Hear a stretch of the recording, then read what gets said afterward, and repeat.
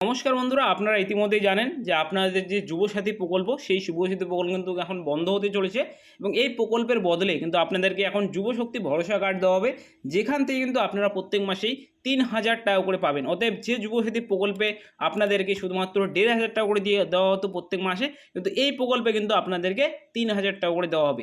তো অনেকের মনে প্রশ্ন যে এই যে যুবশক্তি প্রকল্পের টাকা, এই টাকা আমাদের কবে ঢুকবে? ৩,০০০ করে কি সবাই পাবো?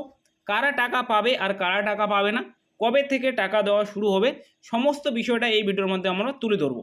তো যদি চ্যানেলটিতে প্রথমবার হয়ে থাকো, অবশ্যই চ্যানেলটিকে সাবস্ক্রাইব করে রাখবে, কেননা প্রত্যেকটি আপডেট কিন্তু আপনারা এই চ্যানেলের মাধ্যমে পাবেন। যেখানে কিন্তু যদি কোনো রকমের ফর্ম ফিল আপ হয়, সেক্ষেত্রে আমরা কিন্তু দেখাই যে আপনি কীভাবে ফর্ম ফিল আপ করবেন, সমস্ত বিষয়টা কিন্তু আমরা এই চ্যানেলের মাধ্যমে তুলে ধরি। তো অবশ্যই চ্যানেলটিকে সাবস্ক্রাইব করে রাখবেন। আর চলুন এই প্রকল্পের বিষয়ে আমরা জেনে নিই। তো পশ্চিমবঙ্গ সরকার রাজ্যের বেকার যুবক যুবতীর আর্থিক সুরক্ষা নিশ্চিত করতে এক যুগান্তকারী পদক্ষেপ গ্রহণ করেছেন। আপনারা জানেন সেই প্রকল্প হচ্ছে যুব শক্তি ভরসা কার্ড। তো এই প্রকল্পের মূল লক্ষ্য হলো চাকরি প্রার্থী যুবক যুবতীদের কর্মসংস্থান না হওয়া পর্যন্ত মাসিক আর্থিক সহায়তা প্রদান করা। অতএব আপনি যদি একজন বেকার যুবক যুবতী হন এবং আপনি যদি এখনও পর্যন্ত কোনো রকমের কর্মসংস্থান পাননি, সেক্ষেত্রে কর্মসংস্থান পাওয়া পর্যন্ত আপনাদেরকে প্রত্যেক মাসেই এই সহায়তা করা হবে এবং এই যে সহায়তার যে অ্যামাউন্টটি, সেটা হচ্ছে প্রত্যেক মাসেই আপনাদেরকে ৩,০০০ টাকা করে দেওয়া হবে।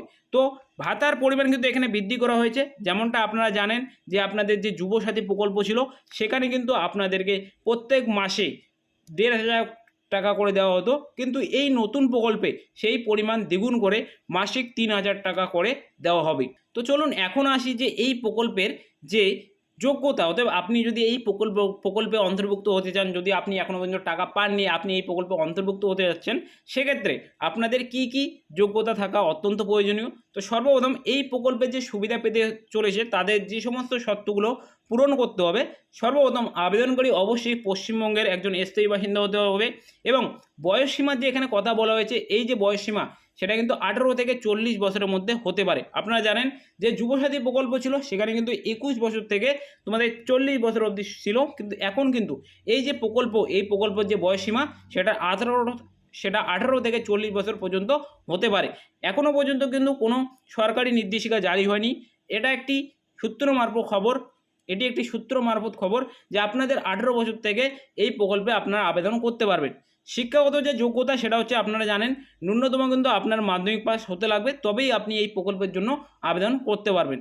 আবেদনকারীর বর্তমানে কোনো সরকারি বেসরকারি লাভজনক সংস্থায় কর্মরত থাকলে এই কিন্তু প্রকল্প আপনারা পাবেন না। অতএব আপনি যদি কোনো বেসরকারি কোম্পানিতে বা কোনো রকমের কোম্পানিতে আপনি কাজ করেন, সেক্ষেত্রে কিন্তু আপনি এই প্রকল্পের সুবিধা পাবেন না। সরকারের তরফ থেকে কিন্তু আরেকটি কথা যেটা জানানো হয়েছে যে এই যে যুবশক্তি প্রকল্প, এই যুবশক্তি প্রকল্পে কিন্তু সবাইকে আবেদন করতে লাগবে। যদি আপনি ইতিমধ্যেই এই যুবসাথী প্রকল্পের টাকা পাচ্ছিলেন, তবুও কিন্তু আপনাদের যে এই যুবশক্তি প্রকল্পের জন্য আপনাকে আবেদন করতে লাগবে।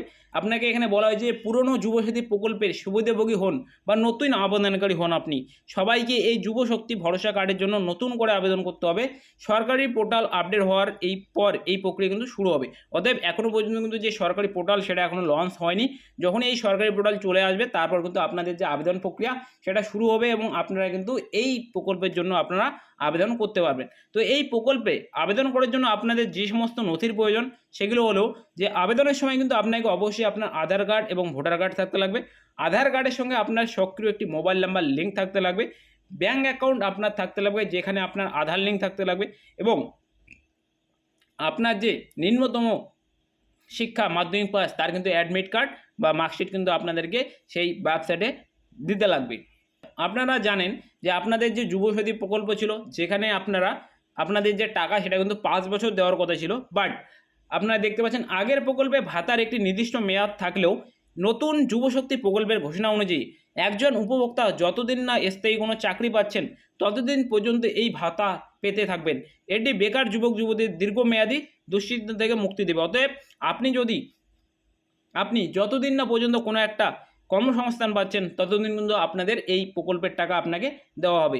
অবশ্যই মনে রাখবেন, আপনারা যখন অনলাইন আবেদন করবেন, তারপর কিন্তু আপনাদের যে ডকুমেন্টস রয়েছে, সেটা কিন্তু যাচাইকরণ হবে এবং সেই যাচাইকরণ কিন্তু একদম কঠোরভাবে হবে, তথ্য যাচাই করা হবে এবং আপনি যদি একদম সঠিক আবেদনকারী হয়ে থাকেন এবং আপনি যদি একজন এলিজেবল বেনিফিশিয়ারি হয়ে থাকেন, সেক্ষেত্রে কিন্তু আপনার যে টাকা সেটা কিন্তু আপনাদের ব্যাঙ্ক অ্যাকাউন্টে ডিরেক্ট বেনিফিট ট্রান্সফারের মাধ্যমে পাঠানো হবে। অর্থাৎ আপনার কিন্তু ব্যাঙ্কে ডিবিটি লিঙ্ক অবশ্যই থাকতে লাগবে, তবেই কিন্তু আপনি এই প্রকল্পের টাকা পাবেন। তো আশা করছি সমস্ত বিষয়টা তোমরা বুঝতে পেরেছো। এই যে প্রকল্প, এই প্রকল্পের কিন্তু নতুন করে আবেদন হওয়া শুরু হয়ে যাবে কিছুদিন পরেই। যদি ভিডিওটি ভালো লেগে থাকে ভিডিওটিকে অবশ্যই লাইক করে দেবে, চ্যানেলটিতে প্রথমবার হয়ে থাকলে চ্যানেলটিকে সাবস্ক্রাইব করবেন।